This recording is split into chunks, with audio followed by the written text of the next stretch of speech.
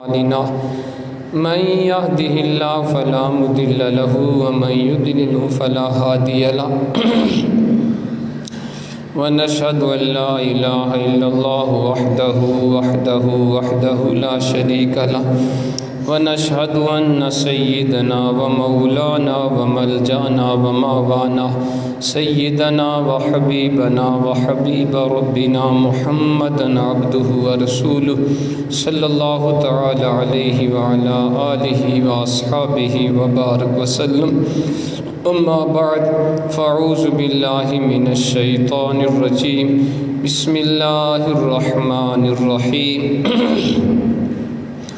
يا أيها الذين آمنوا اتقوا الله وكونوا مع الصادقين. آمنت بالله صدق الله العظيم وصدق رسوله النبي الكريم الأمين ونحن على ذلك لمن الشاهدين والشاكرين والحمد لله رب العالمين.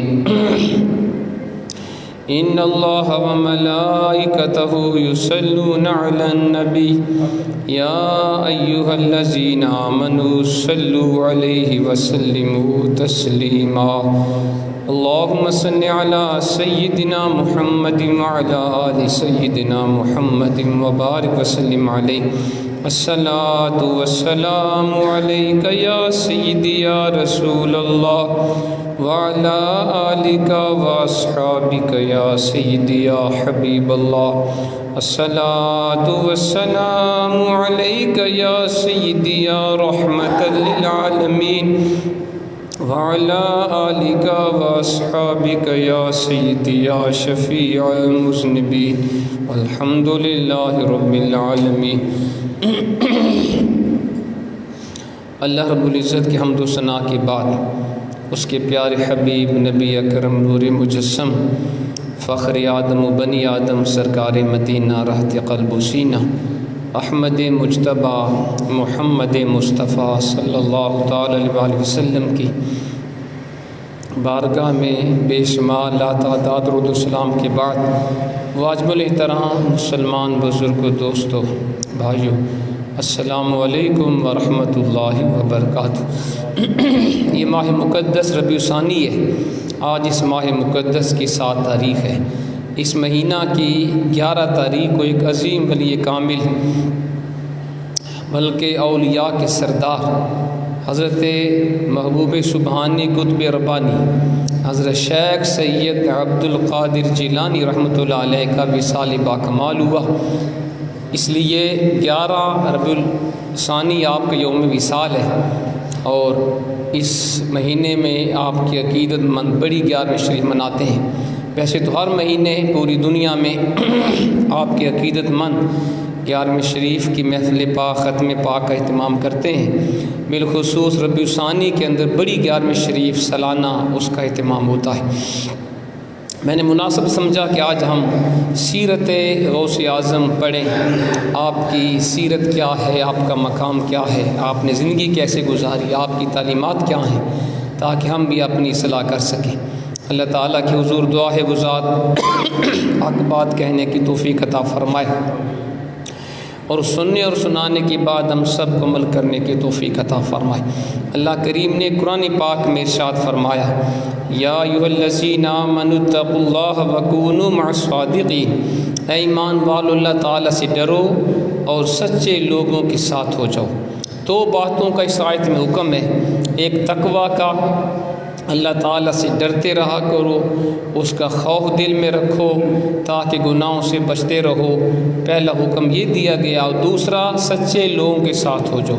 وہ سچے لوگ کون ہیں؟ وہ اولیاء کرام ہیں، اللہ کے نیک بندے ہیں، کیونکہ ولی ہوتا ہی وہ ہے جو سچا ہوتا ہے. تو اللہ کریم نے نیک بندوں کی صحبت اختیار کرنے کا ہمیں حکم دیا ہے. تو یوں تو بے شمار اولیاء کرام دنیا میں تشریف لائے. بالخصوص حضور محبوب سبحانی قطب ربانی حضرت شیخ سید عبد القادر جیلانی رحمۃ اللہ علیہ اولیاء کے سردار شمار ہوتے ہیں. آپ کا جو یوم وصال میں نے آپ کو عرض کر دیا کہ آپ کی جو ولادت ہے 470 یا 71 ہجری کو ہوئی اور آپ کا یوم وصال 561 سن ہجری کو ہوا۔ ربیع الاخر کی بعض نے نامی تاریخ لکھی، 17ویں بھی لکھی، لیکن شیخ عبدالحق محدث دہلوی رحمۃ اللہ علیہ فرماتے ہیں کہ ہمارے پاک و ہند میں جو حضور غوث پاک کے یوم وصال کی تاریخ مشہور ہے وہ 11 ربیع الاول، وہ 11 ربیع الثانی ہے، یعنی اس مہینے کی 11 تاریخ، ربیع الثانی کی 11 تاریخ آپ کا یوم وصال، یہ ہمارے ہاں مشہور ہے۔ آپ حسنی حسینی سادات میں سے ہیں، نجیب الطرفین ہیں، والد گرامی کی طرف سے آپ کا سلسلہ نسب امام حسن بن علی کے ساتھ جا کے ملتا ہے، اور والدہ ماجدہ کی طرف سے آپ کا سلسلہ نسب حضرت سیدنا امام حسین کے ساتھ جا کے ملتا ہے، تو آپ نجیب الطرفین سید ہیں۔ اور آپ کا جو نام ہے وہ عبد القادر ہے، اور یہ محی الدین آپ کا لقب ہے، اور اس کے علاوہ اور بھی آپ کے بے شمار القابات ہیں، غوث الثقلین، محبوب سبحانی، قطب ربانی، شہباز لامکانی، یہ آپ کے القابات ہیں۔ آپ کے والد ماجد کا نام سید ابو صالح موسیٰ جنگی دوست ہے، کیونکہ وہ جہاد سے ان کو بڑی محبت تھی، اور والدہ ماجدہ کا نام ام الخیر فاطمہ آمۃ الجبار فاطمہ بنت ابو عبداللہ سومی ہے، تو آپ کے والدین بھی عظیم ولی کامل تھے، والد بھی ولی، دادا جان بھی ولی، والدہ بھی ولی، نانا جان بھی ولی، پھوپھی بھی ولیہ، بھائی بھی ولی، آگے اولاد بھی ولی، تو آپ کا پورا گھر جو ہے خانوادہ وہ اشراف کے نام سے مشہور ہے۔ والدین کی تربیت کا بڑا اثر ہوتا ہے اولاد پر۔ آپ کی والد گرامی ابو صالح موسیٰ جنگی دوست کتنے پرہیزگار تھے، ایک واقعہ سن لیجئے، مشہور ہے آپ کی سیرت کے حوالے سے، کہ آپ سید ابو صالح موسیٰ جنگی دوست ایک دفعہ سیر کرنے نکلے اور دریا کے کنارے کنارے جا رہے تھے، ایک سیب دریا میں آپ نے دیکھا، اس کو کھا لیا، بعد میں خیال آیا تم نے مالک سے پوچھا نہیں، قیامت کو کیا جواب دو گے؟ خوف خدا پیدا ہوا، اور اس باغ کے مخالف سمت جہاں سے پانی آ رہا تھا چلنا شروع کر دیا، کافی دیر چلتے رہے، ایک باغ کا بوٹا دیکھا کہ وہ باغ کی طرف جھکا ہوا تھا، سمجھے اسی باغ کا یہ سیب ہے، اس کے مالک سے ملے، اس باغ کے مالک بھی عظیم ولی کامل تھے، سید ابو عبداللہ سومی ان کا نام ہے، تو آپ نے عرض کیا جی میں نے آپ کے باغ کا سیب کھایا بغیر پوچھے تو معافی کے لیے آیا ہوں۔ وہ بھی سمجھ گئے کہ نوجوان کوئی عام بندہ نہیں ہے، لوگ تو مال کھا جائیں تو بتاتے نہیں، ایک سیب کھا کے اتنا اس نے سفر طے کیا، کہا نوجوان ایسے معافی نہیں ملے گی، 12 سال میری خدمت کرو، باغ کی دیکھ بھال کرو، پھر معافی ہوگی۔ اب آپ دیکھیں 12 سال تو ایک سیب کی خدمت نہیں بنتی نا، لیکن خوف خدا تھا، کہا منظور ہے، آپ نے مجھے معاف کرنا ہے۔ 12 سال ان کی باغ کی رکھوالی کرتے خدمت کرتے رہے، 12 سال پورے ہوئے تو آپ نے فرمایا ایک شرط اور بھی ہے، میری ایک بیٹی ہے، آنکھوں سے نبینہ ہے، کانوں سے بہری ہے، ہاتھوں سے معذور ہے، اور پاؤں سے لنجی ہے، اس سے شادی کرنا ہوگی۔ اب کتنا مشکل امتحان ہے جی، ہمارے ہاں تو بچی میں تھوڑا سا مسئلہ ہو نا رنگ ڈھنگ کا بھی تو ہم کہتے ہیں جی نہیں میں نے اپنے بچے کا رشتہ نہیں کرنا، بچی اتنی خوبصورت نہیں ہے، ہم اتنی باریکیاں دیکھتے ہیں، اور جہاں پہ چاروں بڑے بڑے عیب ہوں کون ہم میں سے جو ہاں کرے، لیکن خوف خدا تھا، کہا زندگی فانی ہے، جیسی ہوئی گزار لوں گا، آخرت میں رب ناراض نہ ہو جائے، اس کے اوپر بھی راضی ہو گئے۔ دیکھیں نا خوف خدا کتنا ہے۔ شادی ہو گئی، جب حرم سرا میں پہنچے تو دیکھا کہ بالکل حسین و جمیل عورت تھی، کوئی اس کے اندر وہ عیب نہیں تھا جو بتایا گیا، واپس آ گئے، کہا جی جیسے آپ نے عورت کہی تھی ویسی تو نہیں ہے، کہا بیٹا یہی میری بیٹی ہے، میں نے اپنی بیٹی کو نبینہ اس لیے کہا تھا اس نے کبھی غیر محرم کو دیکھا نہیں ہے، میں نے اپنی بچی کو کانوں سے بہرا اس لیے کہا تھا اس نے کبھی کوئی بری بات کانوں سے سنی نہیں ہے، میں نے اپنی بچی کو ہاتھوں سے معذور اس لیے کہا تھا اس نے اپنے ہاتھوں سے کبھی غیر محرم مرد کو چھوا نہیں ہے، میں نے اپنی بیٹی کو پاؤں سے لنجی اس لیے کہا تھا یہ کبھی بغیر شرعی عذر کے گھر سے باہر گئی نہیں ہے، یہی آپ کی بیوی اور میری بیٹی ہے۔ تو آپ اندازہ لگائیں نا، جب باپ اتنا پرہیز پرہیزگار ہو، ایک سیب کی معافی کے لیے 12 سال خدمت بھی کرے، اتنی کڑی شرط کے اوپر شادی بھی کرے، اور جب ماں اتنی پرہیزگار ہو، نہ کسی غیر محرم کو دیکھا، نہ کبھی بری بات سنی، نہ کبھی برا فعل کیا، تو پھر بیٹا غوث اعظم جیسا پیدا کیوں نہ ہو؟ جب باپ ابو صالح موسیٰ جنگی دو جیسا متقی ہو، جب ماں فاطمہ ام الخیر جیسی نیک ولیہ ہو، تو پھر بیٹا غوث اعظم جیسا پیدا ہوتا ہے۔ آج ہمارے ہاں ایسی اولاد پیدا کیوں نہیں ہوتی؟ کیونکہ ہم خود اتنے عظیم اللہ کے نیک بندے نہیں ہوتے۔ تو یہ آپ کی سیرت کا مشہور واقعہ ہے ذات محترم۔ اور پھر آپ کی کرامت یہ ہے، آپ یکم رمضان کو پیدا ہوئے اور صبح سے شام تک والدہ کا دودھ نہیں پیتے تھے۔ پورا ماہ رمضان آپ نے اسی طرح گزارا، صبح سے شام تک ماں کا دودھ نہیں پیتے تھے۔ اور ایک دفعہ یہ ہوا کہ بادل تھا، لوگوں کو سمجھ نہیں آئی کہ آج روزہ ہے کہ نہیں، تو آپ کی والدہ کے پاس ہے، بتائیں آپ کے بیٹے عبدالقادر نے دودھ پیا کہ نہیں پیا؟ کہا نہیں پیا۔ کہا اس کا مطلب ہے کہ آج روزہ ہے۔ تو لوگوں نے روزہ رکھا۔ پھر یہ بعد میں پتہ چلا کہ واقعی اس دن یکم رمضان ہو گئی تھی، تو آپ کی کرامت مشہور ہو گئی کہ فلاں سادات کے گھر میں ایسا بچہ پیدا ہوا ہے جو پیدائشی روزہ دار ہے۔ یہ آپ کی شان ہے۔ آپ کے بچپن میں آپ کے والد ماجد کا سایہ اللہ نے اٹھا لیا، پھر آپ کے نانا ابو عبداللہ سومی نے آپ کی پرورش کی، انہیں سے آپ نے ابتدائی دینی تعلیم حاصل کی۔ جب 18 سال کے ہوئے تو بغداد ان دنوں علم و فضل کا بہت بڑا مرکز تھا، لوگ دور دراز سے آتے تھے علم دین حاصل کرنے۔ اپنی والدہ سے اجازت لے کے قافلے کے ساتھ چلے بغداد علم دین حاصل کرنے۔ کتنا شوق تھا، کتنا ذوق تھا۔ تو آپ کی والدہ نے آپ کو اجازت دے دی، اور آپ کے باپ کی وراثت سے 40 دینار آپ کے حصے میں آتے تھے۔ وہ ماں نے گدری میں سی دیے بغل کے نیچے، بیٹا جب ضرورت پڑی استعمال کر لینا۔ اور ماں وصیت کرتی ہے، بیٹا عبدالقادر میرے سے وعدہ کرو کبھی جھوٹ نہیں بولو گے۔ وعدہ ہو گیا۔ راستے میں ہمدان کے قریب قافلہ پہنچا، ڈاکوؤں نے قافلے کو لوٹ لیا۔ ڈاکو آپ کے پاس بھی آتے، چھوٹے بچے تھے، پوچھتے کچھ ہے؟ فرماتے ہاں میرے پاس 40 دینار ہیں۔ دینار سونے کا ہوتا ہے۔ کسی کو یقین نہ آیا، چھوٹا بچہ تو اتنی رقم کیسی ہوگی؟ پورے قافلے کو لوٹ لیا۔ سردار کو بتایا، ایک بچہ کہتا ہے میرے پاس 40 دینار ہے۔ کہا بلا کے لاؤ۔ بلا کے لائے، کہا جی دکھاؤ۔ آپ نے وہ 40 دینار پیش کر دیے۔ ڈاکوؤں کے سردار نے پوچھا بیٹا لوگوں کے پاس تو مال ہو بھی ڈاکوؤں کو نہیں بتاتے، آپ نے صاف بتا دیا۔ فرمایا میری ماں کی یہ نصیحت تھی عبدالقادر بیٹا کبھی جھوٹ نہیں بولنا۔ میں نے اپنی ماں سے وعدہ کیا تھا امی جان کبھی جھوٹ نہیں بولوں گا، میں اپنی ماں کے وعدے کو پورا کر رہا ہوں۔ ڈاکوؤں کے سردار نے کہا یار دیکھو کتنا فرما بردار بچہ ہے، اپنی ماں کی نصیحت کے اوپر عمل کر رہا ہے اور یہ سچی بات کر رہے ہیں۔ ہم کتنے بدبخت ہیں اپنے رب کے فرمان کے خلاف کرنے، ہم ڈاکے ڈالتے ہیں اللہ کی نافرمانی، ہم سے تو یہ بچہ اچھا ہوا۔ تو آپ کے سچ بولنے کی برکت سے ڈاکوؤں کے دل کی دنیا بدلی۔ سردار نے کہا میں تو بھائی سچی توبہ کرتا ہوں، آئندہ سے ڈاکہ نہیں ڈالوں گا، گناہ کے کام نہیں کروں گا۔ ساتھیوں نے کہا جب ہم گناہ کے کام میں آپ کے ساتھ تھے، نیکی میں کیوں پیچھے رہیں؟ ہم سب توبہ کرتے ہیں، آئندہ سے ڈاکے نہیں ڈالیں گے۔ آپ کے سچ بولنے کی وجہ سے اور نگاہ ولایت کی برکت سے تمام ڈاکوؤں نے توبہ کی، اللہ کے نیک بندے بن گئے۔ اس لیے اقبال نے کہا تھا نگاہ مرد مومن سے بدل جاتی ہیں تقدیریں، جو ہو ذوق یقی پیدا تو کٹ جاتی ہیں زنجیریں۔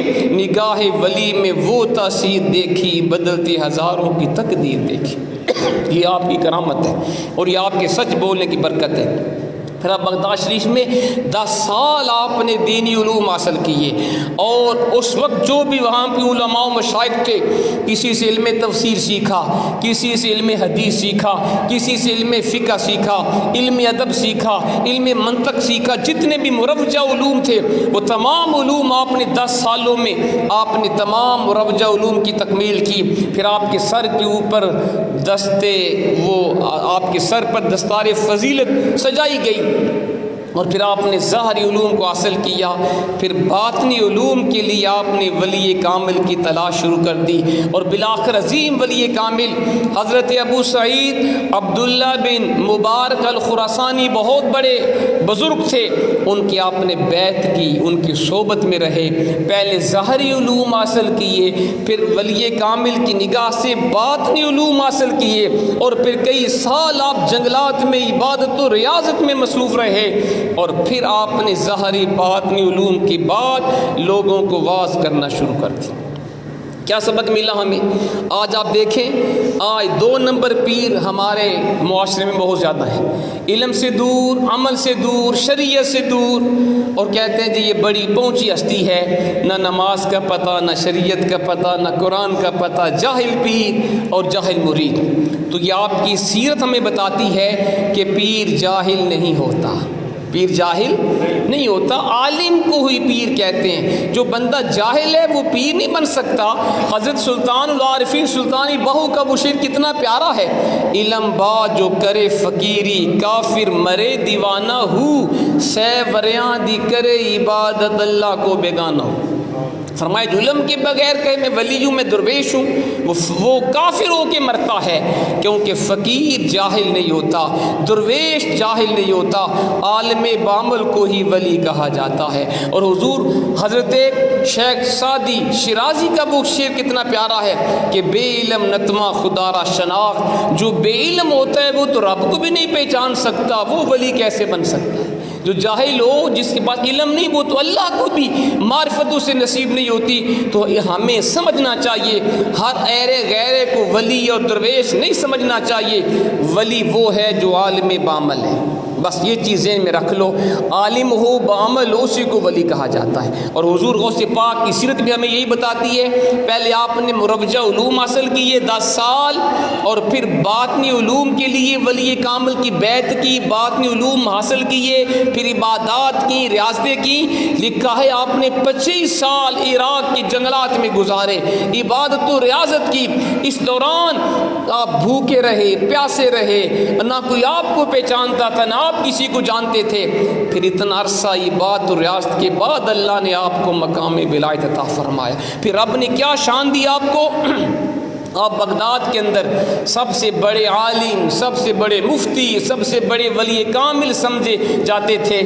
اور جب آپ کی عمر شریف تقریباً 50 سال کی ہو گئی تو آپ کے شیخ نے آپ کو اپنا مدرسہ سپرد فرما دیا، اپنی نشست کے اوپر بٹھا، بیٹا آج سے آپ علم دین پڑھاؤ گے اور آپ لوگوں کو فتویٰ دو گے۔ پھر آپ نے 40 سال تا دم حیات آپ نے لوگوں کو قرآن و حدیث کا درس دیا اور علم دین پڑھاتے رہے، لوگوں کی اصلاح فرماتے رہے۔ اور پھر یہ واقعہ بھی آتا ہے کہ شروع میں آپ واعظ نہیں فرماتے تھے، خواب میں حضور تشریف لائے، پوچھا بیٹا عبد القادر واعظ کیوں نہیں کرتا؟ کہا حضور میں اجمی ہوں، میرے سامنے عربی بیٹھے ہوتے ہیں تو اتنی عربی مجھے نہیں آتی۔ پھر منہ کھولو، منہ کھولا تو سرکار نے لعاب دہن ڈالا، حضور نے 3 دفعہ لعاب دہن ڈالا۔ فرماتے پھر حضور تشریف لے کے خواب میں مولا علی تشریف لائے، پوچھا بیٹا واعظ نہیں کرتا؟ کہا جی اجمی ہوں، عربیوں کے سامنے کیسے کروں؟ فرمایا منہ کھولو۔ کہتے ہیں 2 مرتبہ لعاب دہن ڈالا۔ میں نے کہا حضور نے 3 دفعہ تک ڈالا، آپ نے 2 مرتبہ کیوں؟ کہا حضور کا ادب کرتے ہوئے۔ کہتے ہیں بس جب حضور نے لعاب دہن ڈالا، مولا علی شیر خدا نے میرے منہ کے اندر لعاب دہن ڈالا، اللہ نے میرے اوپر علوم و معارف کے دروازے کھول دیے۔ پھر میں بیدار ہوا تو میں نے واعظ کرنا شروع کر دیا۔ شروع میں 2-3 بندے بیٹھتے تھے، اللہ نے اتنی تاثیر آپ کی زبان میں پیدا فرمائی، پھر 70 ہزار کا مجمع آپ کا درس قرآن و حدیث سنا کرتا تھا۔ 70 ہزار لوگ، اور وہ عام نہیں ہوتے تھے، ان میں علماء ہوتے تھے، مشائخ ہوتے تھے اور صوفیاء ہوتے تھے، اور 400 علماء قلم دوات لے کر حضور غوث پاک کے فرامین کو لکھا کرتے تھے۔ یہ اللہ نشان دی۔ اور پھر آپ جب واعظ فرماتے، چونکہ بے لوث واعظ تھا، آج کل کی طرح نہیں کسی خطیب کو بلائیں تو کہتے 50,000 دو نا پہلے باقی بعد میں لوں گا، یہ واعظ نہیں ہوتا۔ نعت خواں کو بلاؤ، کہتے 40,000 پہلے دو باقی جو ہوا اوپر. یہ نعت خوانی نہیں ہوتی. کسی قاری کو بلاؤ آواز اچھی ہے تو کہتے 50,000 پہلے دو نا باقی بعد میں. یہ تلاوت کیسی ہے؟ آپ چونکہ بے لوث تھے, اللہ کی رضا کے لیے واز کرتے, اللہ نے ایسی زبان میں اثر ڈالا, سینکڑوں یہود و نصارہ نے آپ کا واز سن کے کلمہ پڑھا, حضور کے غلام بن گئے. سینکڑوں یہود و نصارہ آپ کا واز سن کے ان کی دل کی دنیا بدل جاتی, اور لاکھ سے زیادہ ڈاکوؤں نے, چوروں نے, فاسق و فاجر لوگوں نے آپ کا واز سن کے گناہوں سے توبہ کر لی. یہ ہے ولی کامل کی شان. آج ہم سے بے نمازی نمازی نہیں بنتا, ہم سے بے نمازی نمازی نہیں بنتا. اور آپ نے تو غیر مسلموں کو اسلام میں داخل کیا ہے کیونکہ ہمارا عمل اچھا نہیں ہے. تو آپ کو اللہ نے پھر وہ علوم و معارف عطا کیے. پھر آپ کا طریقہ یہ تھا, دوپہر سے پہلے اور سیکنڈ ٹائم لوگوں کو علم تفسیر پڑھاتے, علم حدیث پڑھاتے, علم فقہ پڑھاتے, اور ظہر کے بعد عوام کو قرآن پاک قرات کے ساتھ, حسن قرات کے ساتھ, تجوید کے ساتھ پڑھاتے تھے. یہ طریقہ تھا آپ کا. اور پھر عبادت کا حال کیا تھا جی؟ آپ کی سیرت نگاروں نے لکھا ہے کہ آپ نے خود فرماتے ہیں 40 سال میں نے عشاء کے وضو سے فجر کی نماز پڑھی. کتنا جناب؟ 40 سال. کیسے؟ عشاء کو وضو فرماتے, عبادت میں, ریاضت میں, لوگوں کو قرآن و حدیث کا درس دیتے, عبادت کرتے, اور رات کو سوتے نہیں تھے, اسی وضو سے فجر کی نماز پڑھا کرتے تھے. یہ حضور غوث پاک کی سیرت ہے. آج ہم بھول گئے, ہم سمجھے بس 11ویں شریف پکا لو, ہر مہینے 11ویں کی دیگ پکاؤ, کھانا کھلاؤ, کھاؤ, اور ہم حضور غوث پاک کو ماننے والے. یہ ماننا نہیں ہے, آپ کی سیرت کو اپنانا چاہیے. آپ تو اللہ کی اتنی عبادت کریں کہ 40 سال عشاء کے وضو سے فجر کی نماز پڑھیں. ہم کیسے حضور غوث پاک کے غلام ہیں؟ ہم 5 نمازیں بھی نہیں پڑھتے. کیوں جی؟ ہمیں سے کتنے مسلمان ہیں جو 5 نمازیں پڑھتے ہیں؟ تو ہمیں, اور ہم 5 نمازیں بھی نہ پڑھیں اور کہیں ہم حضور غوث پاک کو ماننے والے, ایسا نہیں ہوگا. اور سنیں, آپ نے فرمایا میں نے 15 سال اس طرح گزارے ہیں, 15 سال اس طرح گزارے ہیں, ہر رات کو میں پورا قرآن ختم کر لیتا تھا. سوچیں حضور غوث پاک کتنی عظیم شخصیت ہیں. آج ہم سے سال میں بھی پورا قرآن نہیں پڑھا جاتا. کیوں جی؟ رمضان میں تھوڑا بہت ذوق ہوتا ہے, ہم بیٹھتے ہیں قرآن پڑھتے ہیں. پورا سال ہم قرآن کیوں نہیں پڑھتے؟ پوچھیں نا ہر بندہ اپنے سے. فیس بک ہمیں استعمال کرنا آتا ہے, WhatsApp, T V talk show, فلمیں, ڈرامے, ناچ گانے, فضول گپیں لگانے کو ٹائم ہے. اللہ کا قرآن پڑھنے کو ہمیں ٹائم کیوں نہیں ملتا؟ ہمیں سوچنا ہوگا. حضور غوث پاک کیسی ہستی ہے؟ فرماتے ہیں میں نے 15 سال ایسے گزارے, پوری رات ختم قرآن کرتا تھا, اور جب میں نے اس کو کیلکولیٹ کیا تو یہ 5400 قرآن بنتے ہیں. یعنی 5400 ختم قرآن کیے حضور غوث پاک نے. ہم سے سال میں بلکہ عمر میں بھی اگر پورا قرآن نہ پڑھا جائے تو ہمیں افسوس کرنا چاہیے, ہمیں اپنے آپ کو بدلنا چاہیے. اللہ کا قرآن پڑھا کرو. آج ہماری اوپر یہ جو مشکلات ہیں, پریشانیاں کیوں ہیں؟ اس کی مین وجہ قرآن پاک سے دوری ہے.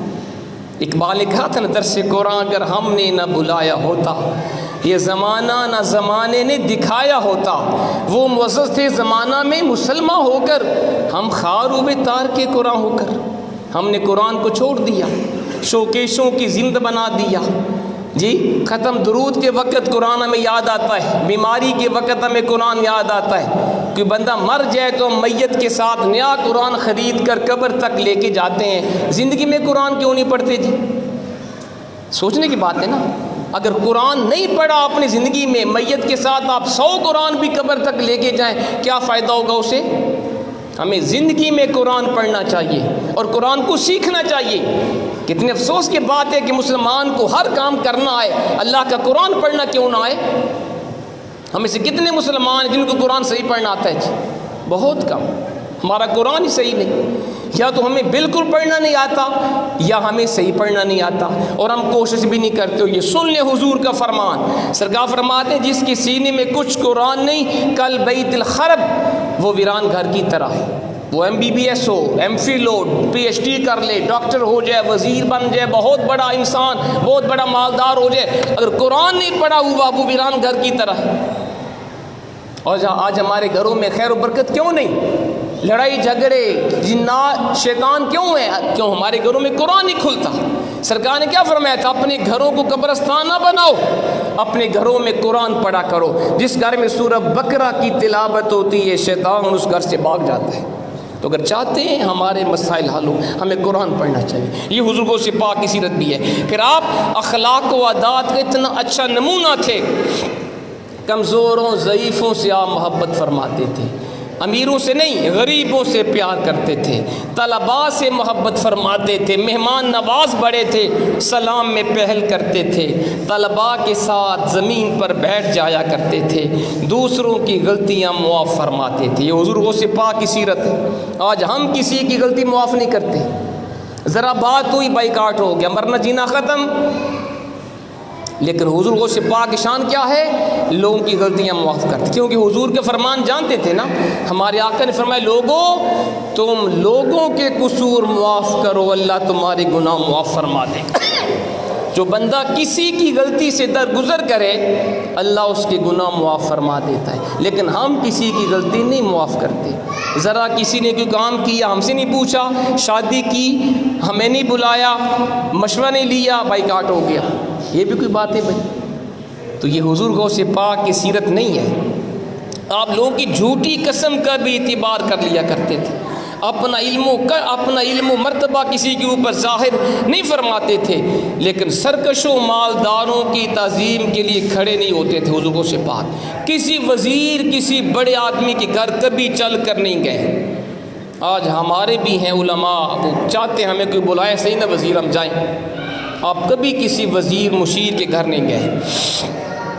پھر ایک اہم بات یہ کہ آپ رزق حلال کمانے کی تاکید فرماتے تھے، خود بھی رزق حلال کماتے۔ دیکھیں آپ نے دین کو پیشہ نہیں بنایا، آپ اپنی ہاتھ سے کما کے کھاتے تھے، کتنا بڑا سبق ہے جی۔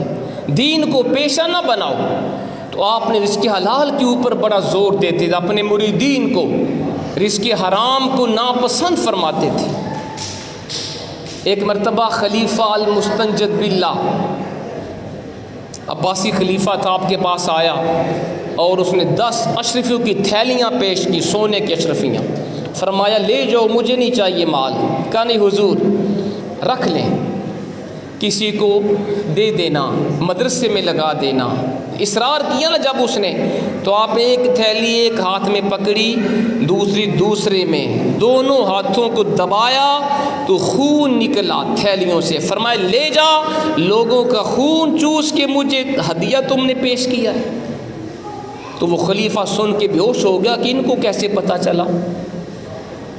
جب ہوش آیا فرمایا اگر حضور کی نسبت کا مجھے پاس نہ ہوتا نا، میں حضور کا فرزند ہوں، اگر حضور کی نسبت کا مجھے لحاظ نہ ہوتا میں تیری ان تھیلیوں کو اتنا نچوڑتا یہ خون تیرے محل کو بھی جا کے بہا دیتا۔ یہ ہے آپ کی نظر۔ تو آپ رزق حلال کی تاکید فرماتے تھے، مریدین کو بھی تاکید کرتے رزق حلال کمایا کرو بھائی، حرام نہیں، کیونکہ آپ جانتے ہیں نا حضور کا فرمان۔ حضور کا فرمان کیا ہے؟ صحیح مسلم کے اندر حدیث ہے، سرکار نے ایک بندے کا ذکر کیا حضور نے، ہمیں ایک بندہ ہے لمبا سفر اس نے طے کیا، پھر اس کے جسم غبار آلود ہے، اللہ کی بارگاہ میں ہاتھ اٹھا کے دعا کرتا ہے یا ربی اللہ مجھے بخش، میری دعا قبول فرما۔ سرکار فرماتے اس کی حالت کیا ہے؟ مطعمہ حرام، اس کا کھانا حرام کا ہے، ومشربہ حرام، اس کا پینا حرام کا ہے، وملبسہ حرام، اس کا لباس بھی حرام کا ہے، وغذی بالحرام، اس کے پیٹ میں لقمے بھی حرام کے ہیں۔ سرکار دو عالم فرماتے ہیں فانا یستجاب لذلک، ایسا بندہ جس کا کھانا بھی حرام کا ہو، جس کا پینا بھی حرام کا ہو، جس کا لباس بھی حرام کا ہو، جس کے پیٹ میں لقمے بھی حرام کے ہوں، وہ لاکھ مرتبہ بھی دعا کرے اس کی دعا کیسے قبول ہوگی؟ یہ صحیح مسلم کے اندر حدیث ہے۔ تو کیا پتہ چلا؟ رزق حلال کما کے اپنی اولاد کو کھلاؤ گے نمازیں بھی قبول ہیں، دعائیں بھی قبول ہیں۔ رزق حرام کماؤ گے نہ اولاد فرما بردار ہوگی، نہ آپ کی کوئی نیک عبادت قبول ہوگی، کوئی نیک عمل قبول نہیں ہوگا۔ کہ حضور غوث پاک کی یہ سیرت ہے کہ آپ رزق حلال کی تاکید فرمایا کرتے تھے اپنے مریدین کو، اور اللہ نے کیا علم دیا آپ کو، کیا وسیع علم تھا آپ کے پاس۔ کہ ایک مرتبہ یہ فتویٰ آیا، کسی نے مسئلہ پوچھا، حضور کسی بندے نے قسم کھائی ہے کہ میں اللہ کی ایسی عبادت کروں کہ میرے ساتھ اس وقت کوئی اور بندہ اس عبادت میں شامل نہ ہو، ورنہ میری بیوی کو 3 طلاقیں ہو جائیں۔ کیسے کیسے لوگ تھے، قسم کھا لی، بعد میں ہوش آیا، بیوی نے کہا طلاقیں ہو گئیں۔ کون سی ایسی عبادت ہے جو تم کرو اور پوری دنیا میں کوئی اور نہ کرے؟ علماء کے پاس گیا، سب نے کہا طلاق ہو گئی۔ اگر تم نماز پڑھو گے، پوری دنیا میں کتنے لوگ اس ٹائم پر نماز پڑھ رہے ہوں گے؟ تم قرآن پڑھو گے، کتنے لوگ اس ٹائم پہ قرآن پڑھ رہے ہوں گے؟ طلاق ہو گئی۔ حضور کو سے پاک کے پاس ہے، حضور کے حل بتائیں نا۔ فرمایا اسے کہیں چلا جا مکہ مکرمہ، وہاں جا کے کہو کہ مطاف کو خالی کر دو، تم اکیلے خانہ کعبہ کا طواف کرنا، یہ وہ واحد عبادت ہوگی اس وقت تیرے ساتھ کوئی اور شامل نہیں ہوگا۔ یہ ہے علم کی وسعت۔ تو آپ نے اس کو طلاق سے بچا لیا، لیکن یہ اس وقت اللہ تعالیٰ اس طرح کا علم عطا فرماتا ہے جب بندہ اللہ سے ڈرنے والا ہوتا ہے، متقی۔ اور آپ نے خود فرمایا درست العلم حتی صرت قطبا ونلت السعد من مول الموالی، فرماتے میں علم دین حاصل کرتا رہا، علم دین پڑھتا رہا، حتیٰ کہ رب نے علم دین کی برکت سے مجھے کتب بنا دیا۔ میں نے رب سے جو شان حاصل کی وہ علم دین کی برکت سے۔ تو کیا پتہ چلا؟